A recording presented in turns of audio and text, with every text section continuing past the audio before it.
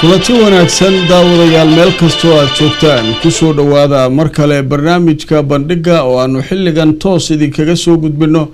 stuudiyaanu ku leenahay magaalada London. barnaamijkan waa barnaamij aynu hadba ku falanqayno waxa ku soo kordha xaaladda dalka Soomaaliya hadda ay tahay dhinaca siyaasadda, arrimaha bulshada iyo sidoo kale caalamka waxyaabaha ka soo kordha. haddaba barnaamijka qodobada aanu idinkugu soo gudbin doono waxa kamid ah ra'iisul wasaaraha dawladda Soomaaliya Umar Cabdirashiid Cali Sharmaarke ayaa kaga dhawaaqay maanta magaalada Muqdisho inuu yahay musharax u taagan xilka madaxweynenimo ee dalka Soomaaliya. goorsii horeysay isna waxa sheegay sida aad la socotaan madaxweynaha Soomaaliya inuu isna yahay musharax u taagan xilka madaxtinimo ee dalka Soomaaliya. haddaba mas'uuliyiintii ugu sareeyay dalka haddii ay ku dhawaaqeen inay u tartamayaan xilka madaxweynenimo ee Soomaaliya, sidee bay noqon kartaa xaaladda dawladnimo ee dalka Soomaaliya gaar ahaan kala guurka iyo sida dawladdu u shaqeyn karto marxaladan iyadoo lagu jiro. haddaba si guud ayaynu u faahfaahin doonaa saameynta ay siyaasadda iyo hanaanka socda ku yeelan karto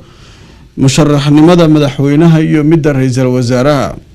barnaamijka waxaa sidoo kale aan idinkugu haynaa war qoraal oo ka soo baxay xafiiska ergeyga gaarka qaramada midoobay u qaabilsan arrimaha Soomaaliya Michael Keating oo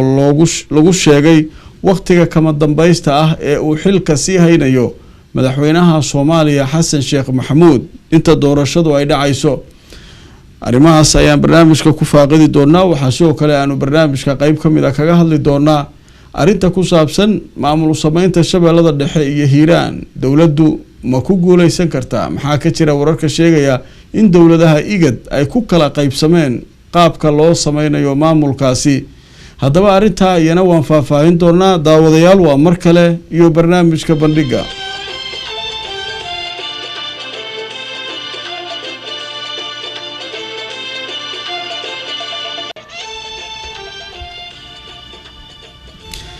aanu ku bilowno madaxda Soomaalida ayaa ku kulansan magaalada Muqdisho si ay mar kale u sii ambaqaadaan kulankoodii la sugayay ee madasha wada tashiga qaran kii ugu dambeeyay, iyadoo la filayo arrimo xasaasi ah kulankan in looga hadli doono maadaama uu yahay kii ugu dambeeyay. haddaba madaxda kulankoodaasi iyo waxyaabaha laga fili karo ayaanu barnaamijkeena ku bilaabaynaa. barnaamijka waxaa igala qayb galaya Ambassador Caalin Maxamed Caalin oo jooga magaalada Helsinki ee wadanka Finland, isla markaana barnaamijka in badan oo kamid ah nagala qayb qaata, ahna siyaasi sidoo kalena dawladda Finland kala taliya arrimaha Soomaalida. Ambassador Caalin, maalin wanaagsan, ku soo dhawow barnaamijka bandhiga. marka labaad waxaan jecelahay kulanka madasha inaynu barnaamijkeena ku bilowno. madasha sidaad la socoto waa kulan aad loo sugayay oo leeyahay waa kii ugu dambeeyay, qodobo muhiim oo xasaasi ahna waa looga hadli doonaa. marka arrimaha laga fili karo kulankan muxuu noqon karaa? muxuu kaga duwanaan karaa kulamadii hore ee ay yeesheen? marka hore waa salaamaya daawadayaasha iyo dhageystayaasha TV-ga Kalsan. madashu waxa laga filanayaa oo la doonayaa in lagu ogaado doorashada madaxweynaha dawladda federaalka ah iyo waxa kale rabaa golaha sare iyo golaha baarlamaanka iyo wadanka inuu jawi nabadgelyo ku dhamaado xilligan madaxweynaha Xasan Sheekh Maxamuud iyo dawladdiisa in loo gudbo 2016 oo hadda dhowr bilood ay ka dhiban tahay in la helo dawlad sax ah. marka waxa laga filanayaa inay isku raacaan inay ku heshiiyaan heshiiskii ay markii ugu dambeysay soo saareen. marka wax fiican baa laga filanayaa. waa tahay waxa aad loo rajaynayaa in madasha kulankan uu noqon doono mid arrimo xasaasi ah looga hadli doono oo ay kamid yihiin arrimo markii hore xal laga gaaray laakiin hadda u muuqda inay dib u soo noqdeen. marka arrimaha aadka xasaasiga u noqon kara ee madasha kulamadeeda dheereyn kara maxaa kamid ah? arrimaha xasaasiga waxa kamid ah odayaashii sharciyeysnaa 135 oday oo la leeyahay madaxweynaha iyo gudoomiyaha baarlamaanku waxay doonayaan inay ka dhigaan 236 waa xasaasi. qodobka kale oo ah aqalka sare oo codadka isku haystaan maamulka Somaliland odayaasha matala ama dirta waqooyi oo dhaliil ka keentay galmudug oo ku raacday gobolada sida koonfur galbeed oo dhahaysa Puntland si maxaa loo siiyay intaasoo kursi golaha sare annagu maamul goboleed baan nahay xildhibaanada dadka soo xulaya qaabka ay noqon doonaan guddiga hirgelinta doorashooyinka heer gobol yaa soo magacaabaya maamulada soo magacaabaya iyo dawladda marka dawladda xukuumadda soo magacaabaysa mise guddiga doorashada hirgelinta soo magacaabaya marka adigu qodobadu way adag yihiin waqtiga la haystana way yartahay wada socota ciidiiba soo dhow bilxaj baa la galay waa la socotaa bisha September caalamku waxay isugu yimaadaan United Nations waxay isugu yimaadaan shirka United Nations Assembly oo golaha guud ee qaramada midoobay ayaa kulmaya wuxuuna furmayaa 13 bisha oo ah inay taalmanaya talaada soo socota waxa la sameeynaya wax la yiraahdo shirar go'go'san oo arrimaha Afrika looga hadli doono madaxweynuhu wuxuu ka qayb galayaa bisha 9aad hadda socota shirkaas waxa laga yaabaa inuu xashka aado madaxda maamul goboleedka marka waqtiga la haysta waa yar yahay bisha 9aad marka waxaan u maraynayaa inay isjiid badan iman doono waa tahay kulankan madasha waqtigiisii markii hore la sheegay waxay ahayd in la qabto 7 bisha haddana waxaan muuqataa in waxoogaa hore loo soo dhigay arrintan aad ka hadlayso madaxweynaha safarkan uu ka qayb galayo iyo munaasabada ciidda iyo xajka iyo miyaad isleedahay mise waxaad isleedahay arrimo kale oo muhiima ayaa dhici karta in loo soo hormariyay hadday maadaama labada siyaasi wadanka ugu sareeya labaduba ay musharaxiin yihiin ilaa haddana ay dhici karto in madaxda maamul goboleedyada qaar kamid ay musharaxiin ku dhawaaqaanba dad badan ay musharaxiin yihiin oo ay musharaxiin yihiin golaha sare ama aqalka madaxweynaha ama aqalka hoose marka waqtiga la haystaa oo beesha caalamkuna shirki United Nations ka furmaya wixii weeyga soo socda caalam islaamna waxa soo galay weeygi xajka marka qodobada la isku hayno qodobo fudud ma aha wada ogtay arrinta Hiiraan oo iyadu meel adag taagan maamulada sida loo qaybsay golaha sare ilaa hadda lagu ma qanacsana gobolka Banaadir qaylo badan baa ka soo socota marka waan eegaynaa waxaan qiyaasaynaa aqliga wanaagsan wuxuu qiyaasayaa in aanay arrintan fududeyn marka arrintan arrin fudud ma aha waxaana loo mareynayaa doorashada inay cagajiid iska noqon doonto waa tahay bal wixii ka soo baxa kulankan madasha ee furmay waan arki doonaa sida aad la socoto waxaa jiray maalmihii la soo dhaafay arrimo ama warar waaweyn oo ku saabsan dhinaca siyaasadda Soomaalida waxaa qoraal soo saaray ergeyga gaarka qaramada midoobay u qaabilsan arrimaha Soomaaliya Danjire Michael Keaton oo uu leeyahay bisha November 6deeda hadii la gaaro madaxweynuhu ma sii ahaan doono madaxweyne hadii ka hor aan la dooran madaxweyne kale marka arintan ujeedo fog baa ka dambeysay leeyihiin dadka taxliiliya siyaasadda Soomaalida qoraalkan iyo waqtiga lagu soo beegay iyo waliba hanjabaada la socota ma noo sharaxi kartaa aragtidaada maadaama aad tahay khabiir siyaasadeed wax badan arrimaha Soomaaliya kala socda makore ambassador Michael Keating wuxuu wakiil uga yahay golaha amniga arrimaha Soomaaliya markuu hadlayo wuxuu ku hadlayay statement nin iska hadlay maaha safiir dawladeed maaha waa nin u hadlaya shanta dawladood ee codka viitada iska leh arrimaha Soomaaliya waa la socota boqolkiiba hadda 60 beesha caalamka ayaa doorashada bixinaysa marka cabsi baa laga qabaa inay iska qabsadaan madaxda dawladda iyo maamul goboleedyadu marka hadduu madaxweynuhu u dhaqmo mandate-kiisa hadduu wax ku darsado maadaama hadda iyadoo la arkayo 135 oday la isku dayay in oday kale lagu soo daro maadaama hadda loo jeedo in prime minister musharax yahay madaxweynuhu musharax yahay maadaama hadda loo jeedo inay isqabqabsi uu ka imanay maamul goboleedyada waxa uu doonayaa fariintan waa fariin beesha caalamka ka timid waxaan la doonayaa in madaxweynaha sharafta lagu qanciyo in uu kursigan Soomaaliya inuu sida ugu dhaqsada badan uu mataqaana xilliga uga eg yahay hadaanu hawl qaban marka waa fariin beesha caalamku ay dirayso oo ay ka wada midaysan yihiin dhammaan dadka saxiixay United Nations waa tahay marka ambassador Kitten waxaa muuqata inuu si xoogaa uga gaabsanayo go'aamadan qoraalka waxaa ka mid ahaa qodob ku jiray in shirka madasha ee hadda la isugu yimid ay go'aan cad ka soo saaraan waqtiga doorashada inay dhab u dhacayso maalinka 3 October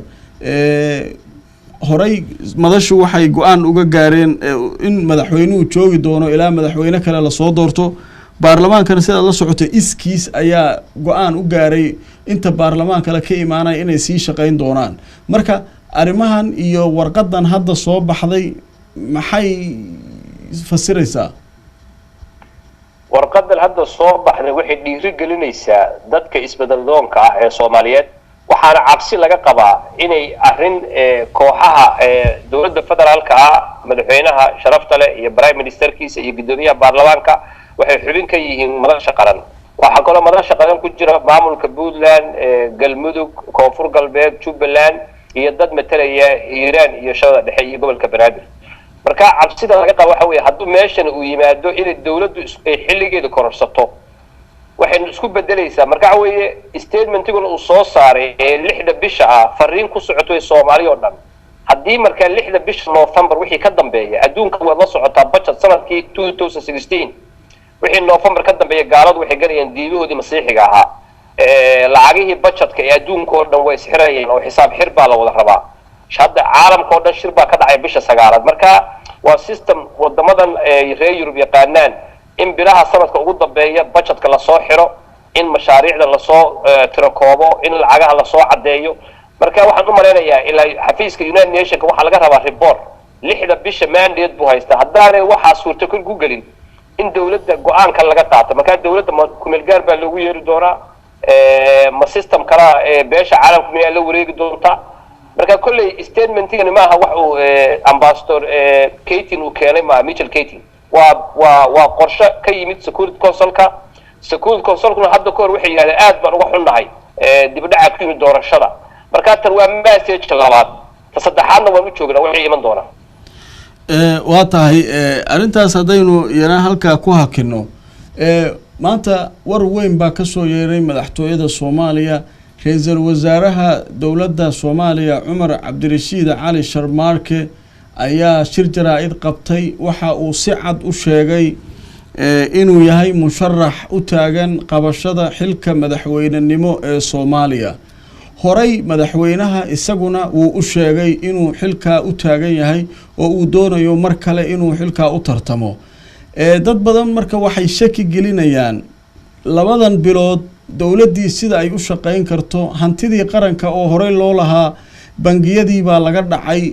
waa la qaatay cid qaadatay lama yaqaan iyadoo xisbiyada mucaaradku ay ku doodayeen in doorashada loo isticmaalaa la rabaa marka arintan madaxweynihii iyo prime ministerkii oo madaxweynenimadii xilkii u socdo oo musharaxiina maxay ku keeni kartaa hanaankii socday ee doorashada iyo cabsidii laga qabay in isdabamarin badan ay dhacdo marka hore cabsida shacabka Soomaaliyeed ay qabaan waa cabsida ah in wixii aan aragnay 2012 Shariif Sheekh Ahmed iyo Cabdiwali Gaas ay isaga kooxaysiga ay labadii kooxaysi hadda dagaal baa bilaabanaya ah xulista baarlamaanka in laba tiim loo kala qaybsamo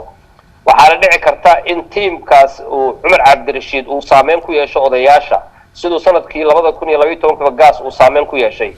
iyo Shariif Sheekh Ahmed haddana Xasan Sheekh saameyn ku yeeshay marka arrintan waxay keenaysaa hantidii in la boobo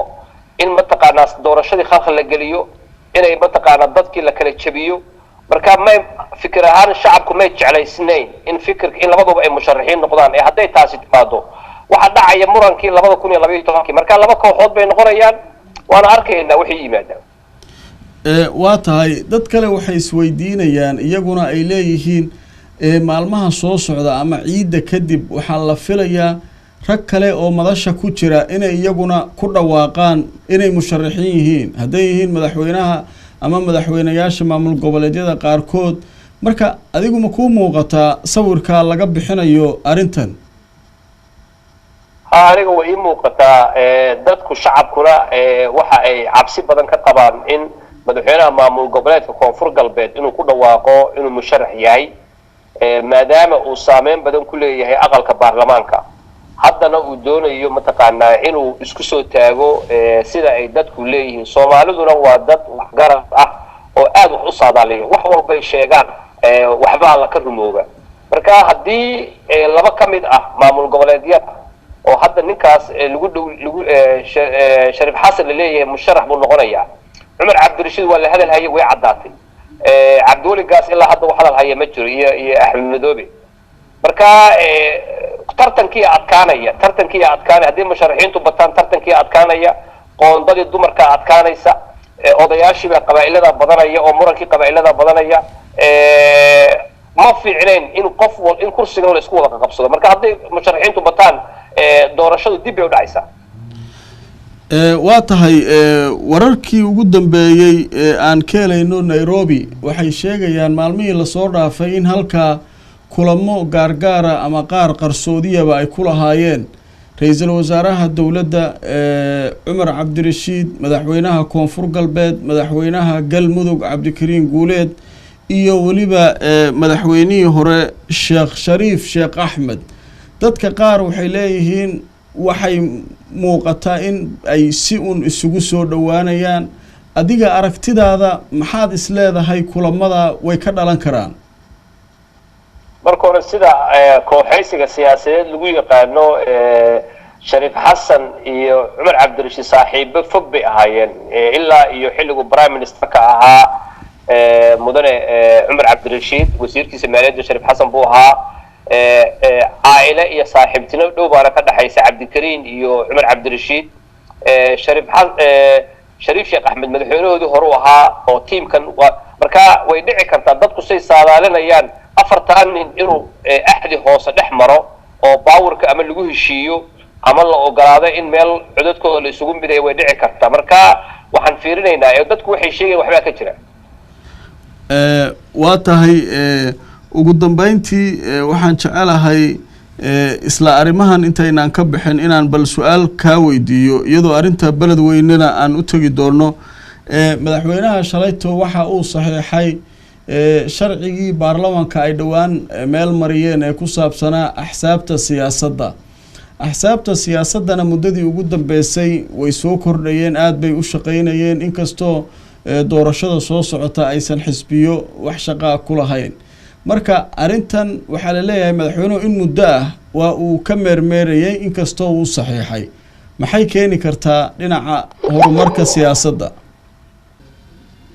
madaxweynaha sharafta leh sharciyo badan buu saxiixay oo ahaa sharcigii human right-ka sharcigan ee baarlamaanku ansixiyeen markii hore uu saxiixay xisbiyada waxaan u arkaa inay tahay wado siyaasadeed maadaama Soomaaliya aan qabiil wax lagu xalin kareen xisbiyadu way fiican yihiin in la ansixiyo maadaama Soomaalidu waxaad moodaa haddaba kooxaysi baa jira marka xisbiyadu waa systemka kaliya dawladnimada wanaagsan ugu gaari karo waa tahay ugu dambeyntii waxaan jecelahay inaan bal wax ka weydiiyo toddobaadyadii la soo dhaafay aad waxa loo hadalhayay in degdeg loo sameeyo inta aan doorashada la gaarin maamulkii Shabeellada Dhexe iyo Hiiraan isla markiiba falcelin aad u daran ayaa ka timid dadka reer beledweyne ugaaska uu ugu horeeyo iyo ugaasyada kale iyo shacabka oo mudaharaadyo isdaba jooga sameeyay iyagoo runtii aad uga hadlay go'aamo ka soo baxay madaxtooyada Soomaaliya markii ay kulmeen Maxamed Cabdi Afey iyo ku-xigeenka ra'iisul wasaaraha Soomaaliya marka inta aan bal jawaabta ku soo gudbin erayo kooban aan ka qaadano ugaaska magaalada beledweyne oo kulan uu la yeeshay ugaasyada kale jawaab adag siinaya madaxda igad iyo waliba dawladda isagoo leh wax inaan anagu raali ka ahayn cid sameyn karta lama arko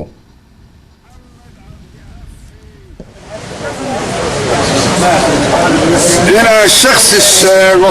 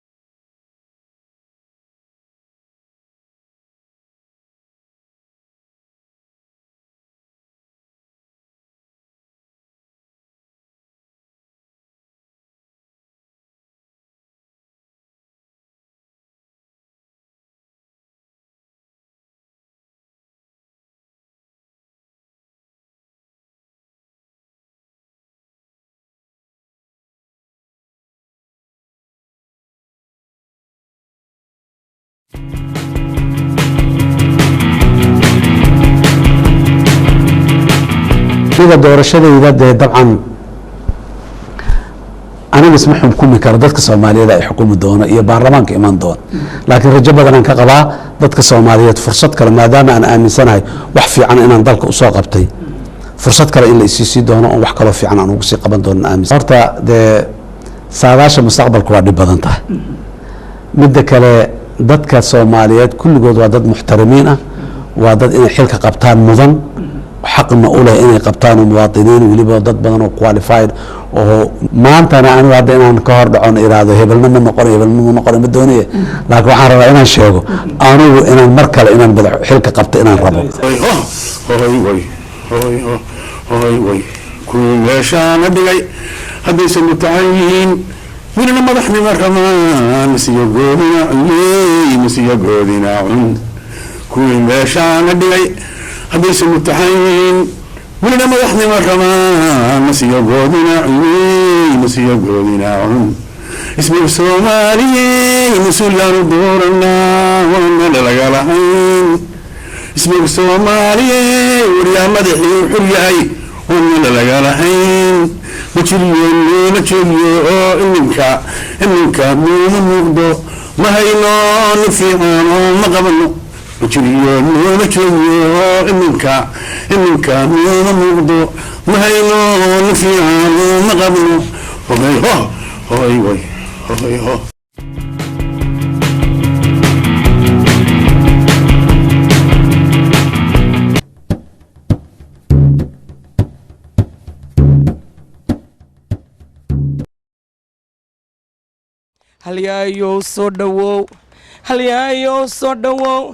halyayo soo dhawow hoggaan fiican oo noqo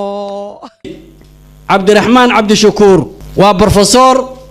waa aqoon-yahan waa waaye arag waa siyaasi haddii uu soo baxo madaxweyne ka noqdo dalka in wax badan isbedeli doonaan oo rajo weyn na gelinayso ayay arintaasu tilmaamaysaa آيات القرآن آد علماء وسوا العليان أجرته اللي يلاذو إن الله لا يغير ما بقوم حتى يغيروا ما بأنفسهم دتكو إلا إسبدلك أمية ماذا إسبدل كاس محوية هاي إن السلا وهو أرجنا إسبدشوا أركتي إن إسبدشوا أركتي أقوم يمسن أنا سوامالي تومن كي سنة كأركي إن إسبدشوا لما أنت أنا كشقي لو باي وهاي إن أسكت تيرسن أنا نجي ودنك وحكومة باي لبعتن كي سنة وقدم بيسي أجنبي هالو تيرسن حاجة أجنبي لوجة تيرسين أجنبي كو حال لوجة تيرسين هاي سكورتي كانت أنا جام كتيرسين إن أنا هاي عيدا صوماليات أو قرن أو دستور كان يحددين العديد بوليس صوماليات إيوه نبسويت صوماليات وأمان كداخلي يعني كان دم شرعي هايسا يقصر صوماليات وكل بقاعدة صوماليات دولة نمو أساسه تذكرني عشورة بحيان تذكرنا لوجو أديك عشورته قف كودني سن مجرو قف كموادين سن مجرو قف دلك كجعل مجرو لكن دتك مجدي شك يوك cabdiraxmaan cabdishakuur waa brofesor waa aqoon-yahan waa waaye arag waa siyaasi haddii uu soo baxo madaxweyne ka noqdo dalka in wax badan isbedeli doonaan oo rajo weyn na gelinayso ayay arintaasu tilmaamaysaa halyayo soo dhawow hoggaan fiican oo noqo